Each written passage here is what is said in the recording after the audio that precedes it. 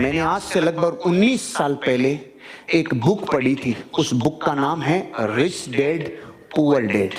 एक बहुत famous book है रिच डैड पुअर डैड, अगर आपने पढ़ी हो। और उस रिच डैड पुअर डैड की आप बात कर रहे हैं? Sorry, rich dad poor dad. ये बुक मैंने 1999 या 2000 में पढ़ी थी। तो कहते हैं कि गरीब इंसान पैसों से गरीब नहीं होता, बल्कि इंसान गरीब होता है तो अपने माइंडसेट से। एक गरीब इंसान की मेंटालिटी ही उसे गरीब बना देती है, जबकि एक अमीर इंसान की मेंटालिटी उसे और अमीर बना देती है। और इसी मेंटालिटी को समझाने के लिए रॉबर्ट कियोसाकी ने 1997 में बुक लिखी थी रिच डैड पुअर डैड, जिसमें लोगों का ये मानना है कि पैसा कमाना बहुत ही मुश्किल है, ऐसे ही अमीर नहीं बना जाता। बहुत ही कम लोग होते हैं जो सच में अमीर बन पाते हैं। अमीर और ज्यादा अमीर और गरीब और ज्यादा गरीब होते जा रहे हैं। जिसकी जैसी मेंटालिटी है वो वैसा ही बनता जा रहा है। जिसकी मेंटालिटी अमीरों वाली है वो और ज्यादा अमीर, और जिसकी मेंटालिटी गरीबों वाली है वो और ज्यादा गरीब होते जा रहे हैं। वे लोगों का ये मानना भी बिल्कुल सही है कि अमीर लोग जानते हैं कि पैसा कैसे काम करता है और पैसे को मैनेज कैसे किया जाता है, और गरीब लोग सिर्फ यही सीखे होते हैं पैसा कमाया कैसे जाता है। अमीर लोगों के पास फाइनेंशियल नॉलेज होती है क्योंकि वो फाइनेंशियली पढ़े लिखे होते हैं, और ऐसा इसलिए होता है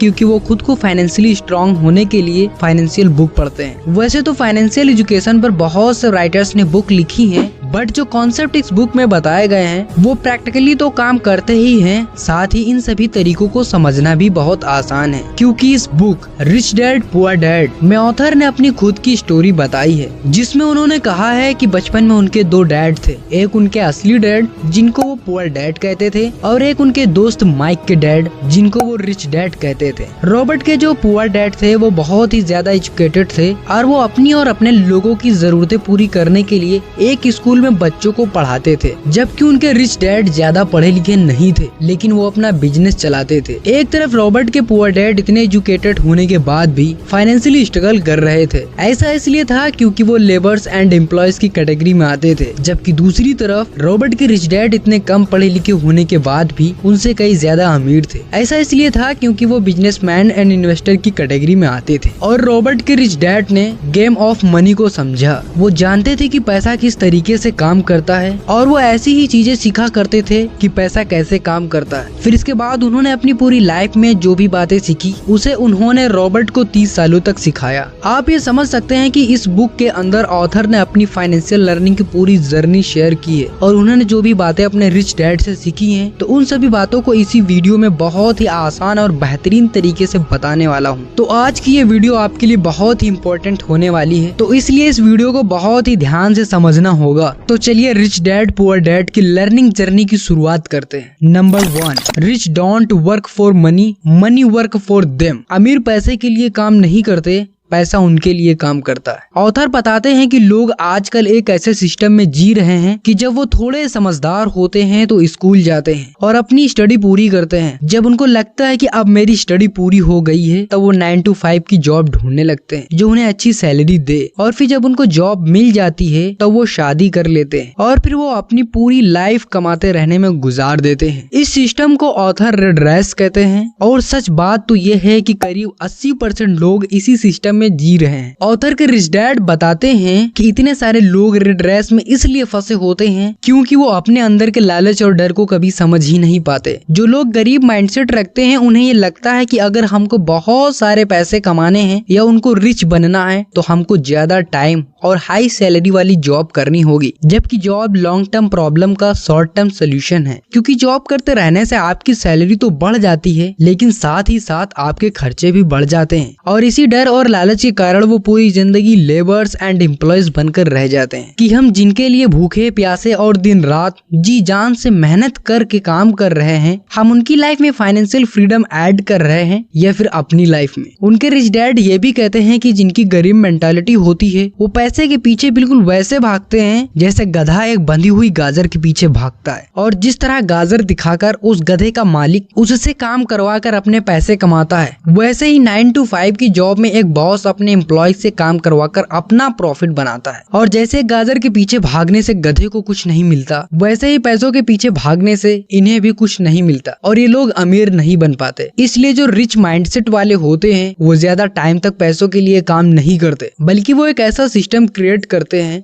जिससे उनका पैसा उनके लिए काम करता है और उन्हें पैसे कमा कर देता है, जिससे अमीर और अमीर बन पाते हैं। Number 2, it's not how much money you make, it's how much money you keep. कई सेलिब्रिटीज और स्पोर्ट्समैन की नेटवर्थ को हम देखकर बहुत ज्यादा इंस्पायर हो जाते हैं और सोचते हैं कि काश हम भी इतने अमीर होते। और आप क्या ये बात जानते हैं कि बहुत से सेलिब्रिटीज ऐसे भी होते हैं जो ढेर सारा पैसा कमाने के बावजूद भी अमीर नहीं बन पाते। ऐसा इसलिए होता है क्योंकि उन्हें पैसा तो कमाना आता है, लेकिन अपने इस पैसे को मैनेज कैसे करते हैं उन्हें ये नहीं आता। और उन लोगों को ये भी मालूम नहीं होता कि हम एसेट्स खरीद रहे हैं या फिर लायबिलिटीज खरीद रहे हैं। और इसी कंफ्यूजन की वजह से वो अपने सारे पैसे खो देते हैं और वो ज्यादा दिनों तक अमीरों की कैटेगरी में नहीं रह पाते। ऑथर के रिच डैड एसेट्स और लायबिलिटीज को बहुत ही बेहतरीन तरीके से समझाते हैं कि एसेट्स वो चीजें होती हैं जो आपके पॉकेट में पैसा डालती हैं, लेकिन लायबिलिटीज वो चीजें होती हैं जो आपकी पॉकेट से पैसे निकाल लेती हैं। लेकिन गरीब मेंटालिटी वाले क्या करते हैं, जब भी उनके पास किसी तरह से कुछ पैसे आ जाते हैं तो उसे फौरन घर,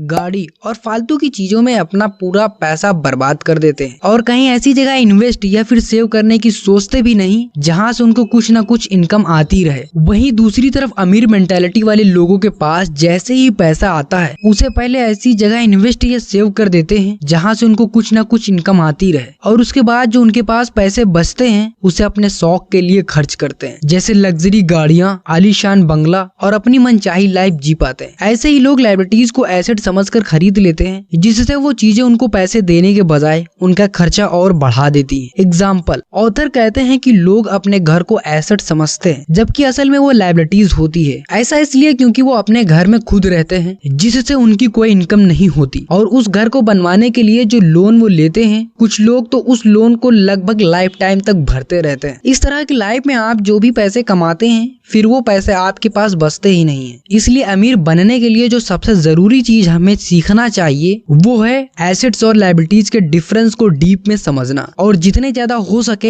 assets banana. Number 3, get in your business along with your job. अब कई लोग की मेंटालिटी न जाने कैसी होती है, उनके पास अच्छी स्किल्स होने के बाद भी खुद को लेबर्स एंड एम्प्लॉयज बनाकर रखते हैं। वो ऐसा कभी सोचते ही नहीं कि मुझे एक बिजनेसमैन या इन्वेस्टर बनना चाहिए। अगर वो कभी अपना बिजनेस या इन्वेस्टिंग करना सोचते भी हैं तो सबसे पहले वो अपनी लगी जॉब छोड़ देते हैं। ऑथर एक बहुत अच्छी बात बताते हैं कि ये सच है कि आप किसी की जॉब करते रहने से ज्यादा अमीर तो नहीं बन सकते, लेकिन इसके लिए ये बिल्कुल भी सच नहीं है कि अगर आप एक बिजनेस की शुरुआत करने वाले हैं तो आप उसके लिए आप अपनी लगी हुई जॉब छोड़ दें। स्टार्टिंग में आप अपनी जॉब के ही साथ साथ बिजनेस भी चला सकते हैं। उसके बाद जब आपको लगने लगे कि अब ये मेरा बिजनेस मेरी जॉब से ज्यादा मुझे इनकम जनरेट करके दे रहा है और अब मेरा पूरा फोकस इस पर होना चाहिए, तो तब आप अपनी जॉब छोड़ सकते हैं, लेकिन उससे पहले बिल्कुल भी न छोड़ें। रॉबर्ट के रिच डैड उनको बताते हैं कि देखो, जो लोग अमीर मेंटालिटी वाले होते हैं वो अपना फोकस सिर्फ एक काम पर ही नहीं रखते, बल्कि वो अपने इनकम सोर्स को मल्टीप्लाई करते रहते हैं। जब एक बार यूनिवर्सिटी ऑफ टेक्सास में मैकडोनल्ड के ऑनर रिक रॉक आए हुए थे तो उन्होंने वहाँ पर मौजूद स्टूडेंट से पूछा कि तो बच्चों बताओ कि आप लोग जानते हो क्या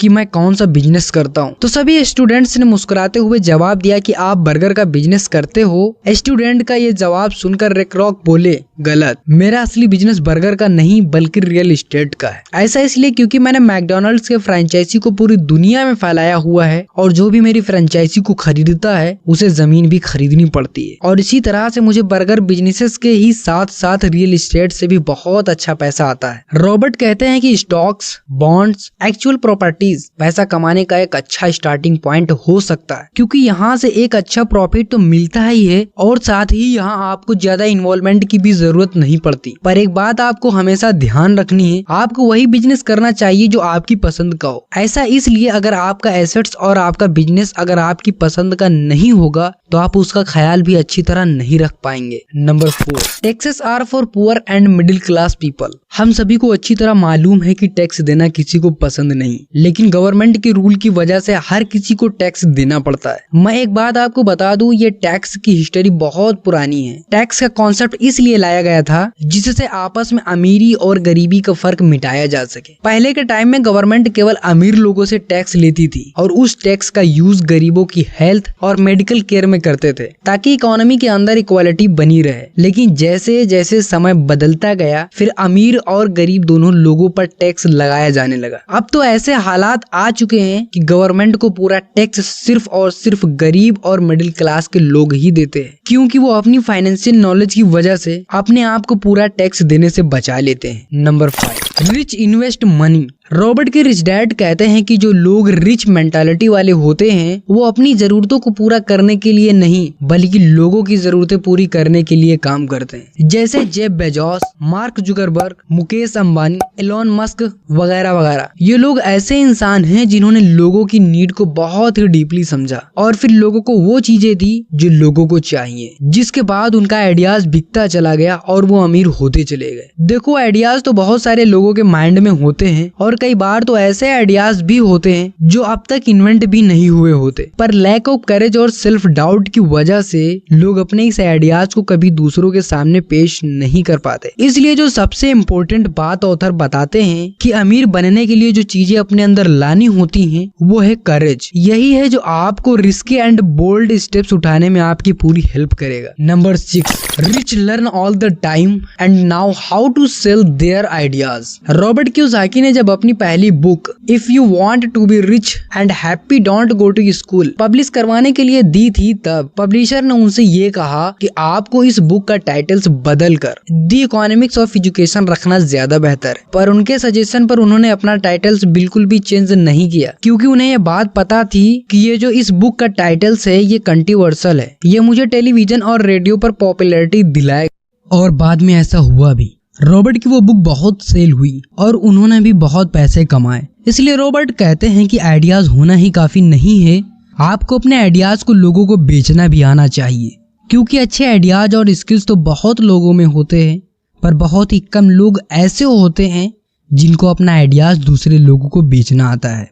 इसलिए अगर आप भी अमीर बनना चाहते हैं तो सबसे पहले ये सीखिए कि जो भी हुनर आपके अंदर है आप उसकी मार्केटिंग कैसे कर सकते हैं, मतलब कि आप उसे बेच कैसे सकते हैं। अगर आपको अपनी चीजें लोगों को बेचनी आ गई तो आप जरूर अमीर बनेंगे। तो ये थे वो 6 रूल्स जो रॉबर्ट के रिच डैड ने उन्हें सिखाए, जिन्हें यूज करके रॉबर्ट आगे चलकर इतने अमीर बने और रॉबर्ट की ही तरह कोई भी इन रूल्स को यूज करके अमीर बन सकता है। तो ये वीडियो अगर आपको पसंद आई हो तो प्लीज इस वीडियो को लाइक एंड शेयर जरूर करें। तो आज की इस वीडियो में बस इतना ही, मिलता हूँ अपनी अगली वीडियो में, तब तक के लिए आप कुछ ना कुछ सीखते रहें। Thanks for watching.